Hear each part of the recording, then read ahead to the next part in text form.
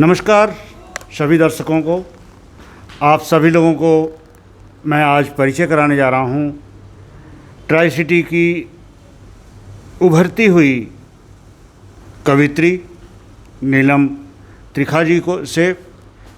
ये साहित्यकार भी हैं, इनकी बहुत सी पुस्तकें हरियाणा सरकार और अलग अलग प्रकाशन से प्रकाशित हो चुकी हैं, जिसका विमोचन ये समय समय पर कराया इन्होंने। बहुत बड़ी बड़ी हस्तियों ने इनकी पुस्तकों का प्रकाशन किया और इसके बारे में ये स्वयं बताएंगी अभी आपको यह भी बता दें कि इन्होंने कोरोना के वक्त में, ये जो हमारा टाइम चल रहा है, बहुत ही कठिन दौर चल रहा है, इस पर भी इन्होंने अपनी एक पुस्तक रिसेंट अभी लॉन्च की है और या लॉन्च होने वाली है। इस पर भी हम इनसे बात करेंगे। नीलम जी, हम आपसे बात करें उससे पहले आप थोड़ा सा अपने बारे में बता दीजिएगा कि हमारे चैनल्स पर आप ईशान टाइम्स पर आज पहली बार हैं, तो हमारे दर्शक भी आपसे अपना परिचय भी जानना चाहेंगे। तो हम आपसे पहले ये चाहेंगे कि आप अपने बारे में थोड़ा सा बताएं और उसके बाद फिर अपनी पुस्तकों और अपने आलेखन में कैसे गई हैं उसके बारे में बताएं। सबसे पहले तो मैं संजय राय जी आपको नमस्कार करती हूँ और ईशान टाइम्स का बहुत बहुत धन्यवाद करती हूँ कि इस तरह की मुहिम को आगे बढ़ाने में बिल्कुल सशक्त भूमिका जो है वो मीडिया की ही है। हम लोग तो निस्वार्थ भाव से काम कर रहे हैं और इस तरह से जब आप जोशीले अंदाज में कोई उनको आगे लेकर आता है तो निश्चित रूप से आपका जोश और कई गुना बढ़ जाता है। तो मैं सबसे पहले तो यही कहूँगी कि बाकी सभी लोगों को भी और कुछ ना करे, उत्साहित तो एटलीस्ट ज़रूर करना चाहिए। मैं अपने बारे में बताना चाहूँगी। मैं नीलम त्रिखा पंचकूला में रहती हूँ। उमंग अभिव्यक्ति मंच जो कि एक साहित्यिक मंच है, जिसका काम केवल ये है कि जो नवोदित कवि हैं उनको उभारना, उनके लेखन में जो जज्बा है, जोश है, उसको आगे लेके आना। और इसमें हमारी मदद करते हैं जो ट्राई सिटी के बड़े बड़े वरिष्ठ साहित्यकार हैं। हम उनको बुलाते हैं समय समय पर और उनकी लेखनी को और भी ज़्यादा निखार आए, उनकी आवाज़ को और एक माध्यम मिले, मंच मिले, ये मेरा प्रयास है।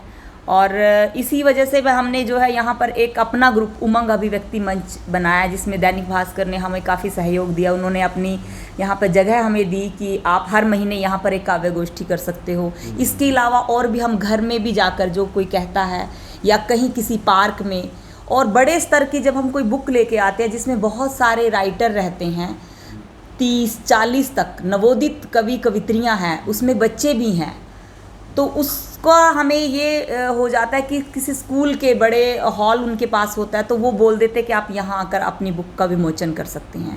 हमारा विषय ज़्यादातर समाज सेवा, देश प्रेम ही रहता है। तो आपकी कई पुस्तकों में, आपकी कविताओं में जिस तरीके से बालिका के ऊपर, बालिका का जिक्र अधिक होता है और जिस तरीके से भ्रूण हत्याओं के लेकर के आपने बहुत ही ज़्यादा लिखा और जिसमें और इन सब चीज़ों पर किया, उस पर भी थोड़ा सा अपने बारे में बताएं। जी, मेरी ये बुक है मेरी बेटी मेरा अभिमान। हाँ, और मैं ये कहूँगी सभी के लिए ही कि मांग कर खुदा से मैंने सब कुछ पा लिया, मेरे उठते नहीं है हाथ अब इस दुआ के बाद। जो आज भी ऐसा माना जाता है कि बेटे की कहीं ना कहीं अंदर मन में चाह रहती है, सभी के मन में होता है, लेकिन अगर ना हो तो बेटियां भी कम तो नहीं है ना। इस विषय पर ही मेरी एक बेटी है। मैंने अपनी एक बुक निकाली है जिसमें हरियाणा की उन सभी बेटियों के गौरव गुणगान की इसमें गाथा भी लिखी है और सभी को एक प्रेरित भी किया है कि बेटा नहीं है तो कुछ भी नहीं, ऐसी कोई बात नहीं है, बेटी बेटों से हरगिज़ कम नहीं है। इसमें सारी कविताएं जो हैं मैंने बेटियों पर ही लिखी हैं और इसका विमोचन जो है यहाँ अपने आदरणीय अध्यक्ष महोदय श्री ज्ञानचंद गुप्ता जी ने किया था। इसमें बहुत सारे अच्छे अच्छे लोगों ने अपने अपने विचार भी दिए हैं, प्रोत्साहन किया है। लेकिन ज़मीनी स्तर पे मैं चाहूँगी कि जब तक अंदर से भाव नहीं आएगा कि बेटियाँ किसी भी क्षेत्र में कम नहीं हैं, तो मेरे ख्याल से ये चीज़ की और मुहिम को आगे बढ़ाने की ज़रूरत है। बेटी पर आप जिक्र कर रहे हैं, बहुत से लोगों का विरोध भी आपके पास हुआ होगा कि आप बेटी पर ही क्यों केंद्रित हैं, बेटों के लिए क्यों नहीं लिखती हैं, तो उस समय आपके मन में क्या आती है बात?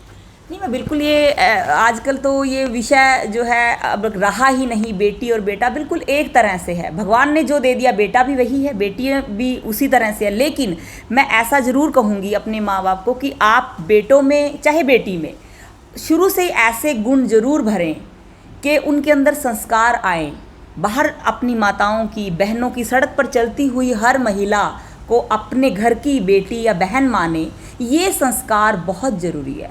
और इसी से सुरक्षा की भावना भी बढ़ती है। और महिलाओं से जो थोड़ा सा आजकल भी है अत्याचार हो रहा है, या आप सड़क पर अकेली बेटी को भेजते हुए आज भी पेरेंट्स डरते हैं कि लेट हो गया, आप जल्दी से घर आ जाओ, चिंतित रहते हैं। अब वजह सिर्फ क्या है, वो यही है कि आपके अंदर जागरूकता नहीं है। आप अपने घर से शुरुआत करें, अपने बच्चों को, अपने बेटों को ये चीज़ समझाएं और ये कहें कि संस्कार की ज़रूरत है। अब बेटा बेटी किसी भी क्षेत्र में कम नहीं है। रात में भी देखिए आप बेटियां काम कर रही हैं। और आप, मैं कविता के माध्यम से कहूँगी कि सारे जहां में नाम कमाती हैं बेटियां, वो काम क्या है जो न कर पाती हैं बेटियां। कभी साक्षी, कभी सानिया, कभी बन के कल्पना, कभी बन के कल्पना, विदेशों में भी नाम कमाती हैं बेटियां। और बेटे तो बांटते हैं अब माँ बाप की दौलत, माँ बाप की दौलत, दुख दर्द की जागीर बटाती हैं बेटियां।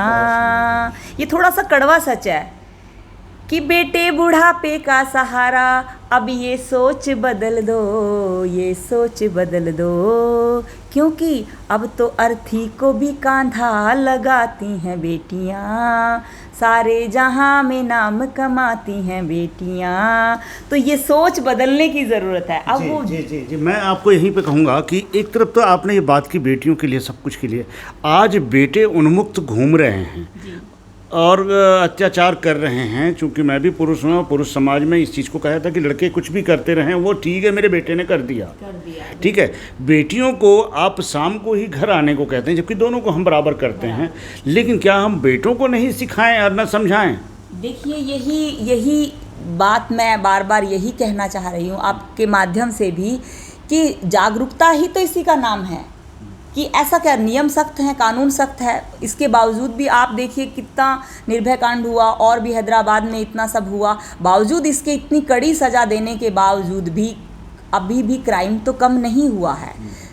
कमी कहाँ है? कमी है कि आप अपने घर में बच्चों में, खासकर लड़कों में, थोड़ा सा ये भाव ऐसा दे देते हैं कि आपको आज़ादी है कुछ भी करने की। लेकिन अगर आप घर से शुरुआत करेंगे तो मेरे ख्याल से वो वक्त दूर नहीं है। बिल्कुल दोनों बराबर हैं। बहुत सारा समय बदला है, आगे भी बदलेगा। और मेरे ख्याल से बिल्कुल, जैसे हम बाहर कहते हैं कि विदेशों में जाओ तो कोई डर नहीं है, तो यहाँ पर भी ऐसा निश्चित तौर पे होगा।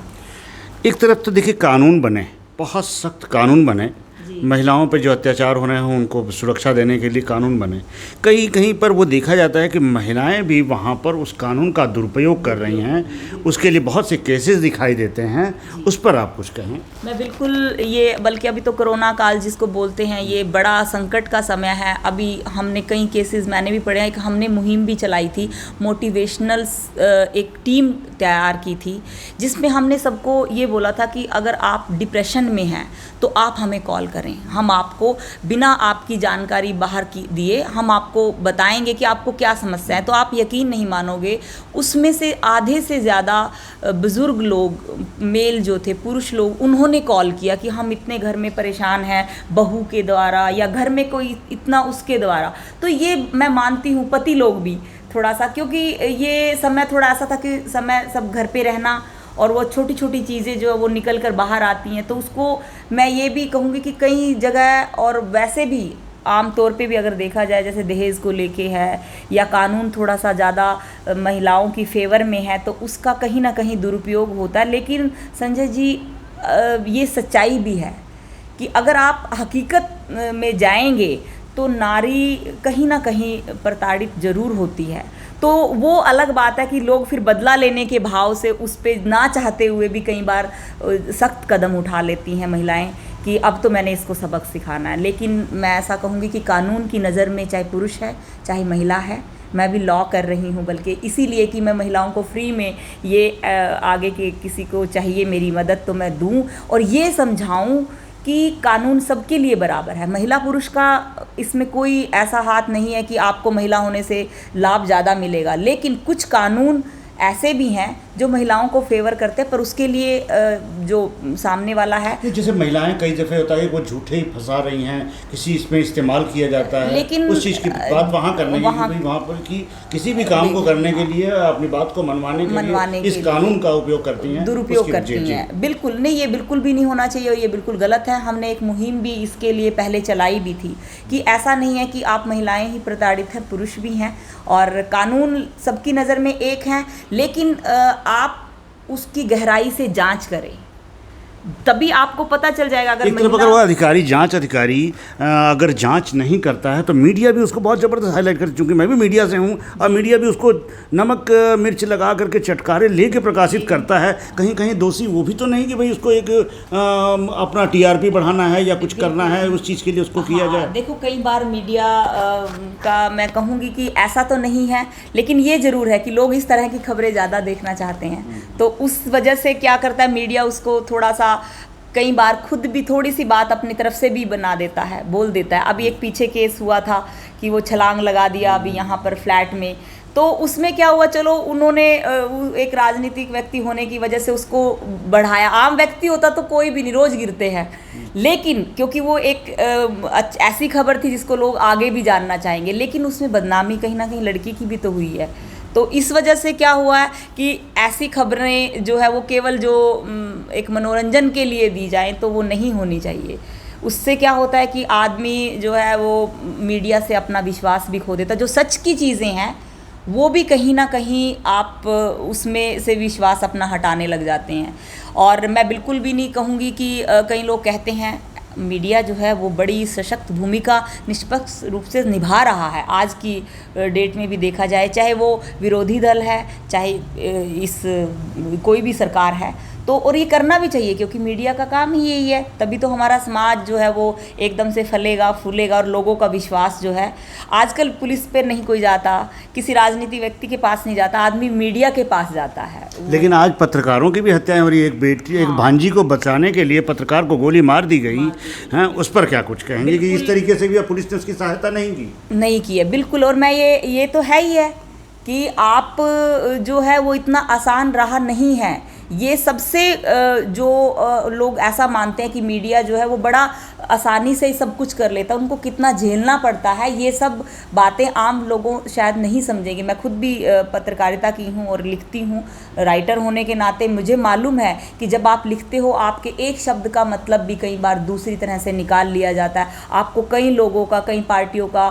कोप भाजन का शिकार भी बनना पड़ता है। और आपने किसी अपराधी के लिए कुछ बढ़ चढ़ कर लिख दिया तो आप वहाँ पर भी उसके शिकार हो जाते हैं। तो मीडिया को पूरी प्रशासन से, सरकार से हेल्प मिलनी चाहिए और उनको आगे रखना चाहिए, सम्मानित करना चाहिए। जैसे हम आम किसी उनको करते, तो मीडिया किसी भी क्षेत्र में कहीं भी कम नहीं है। मैं तो कहूँगी कि नमन है, जैसे हम अपने वीरों को करते हैं, अपने कोरोना काल में उन योद्धाओं को किया, तो मीडिया भी सबसे ऊपर है। इस समय की खबरें उन्होंने बढ़ चढ़ कर दी हैं, कितने लोग जो है वो बीमारी का शिकार हुए हैं और उन्होंने फिर भी अपना फ़र्ज़ निभाया है, एक कदम पीछे नहीं हटे और अपने जितनी जो सही खबरें थी वो लोगों तक पहुंचाई हैं।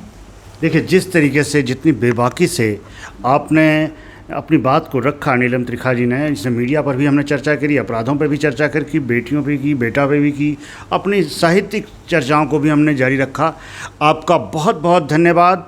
आपने इसी तरीके से, हम आपसे बराबर बातें करते रहेंगे। रोज़ तो नहीं आ सकते, लेकिन हम समय समय पर आपसे समय लेकर के आपसे मुलाकात करते रहेंगे। आपकी बात को हम लोग जनता तक पहुँचाते रहेंगे। ईशान टाइम्स यूट्यूब चैनल को आप लोग लाइक करते रहिए, सब्सक्राइब करिए और इसको शेयर भी करते रहिए। आप सभी लोगों का, दर्शकों का धन्यवाद।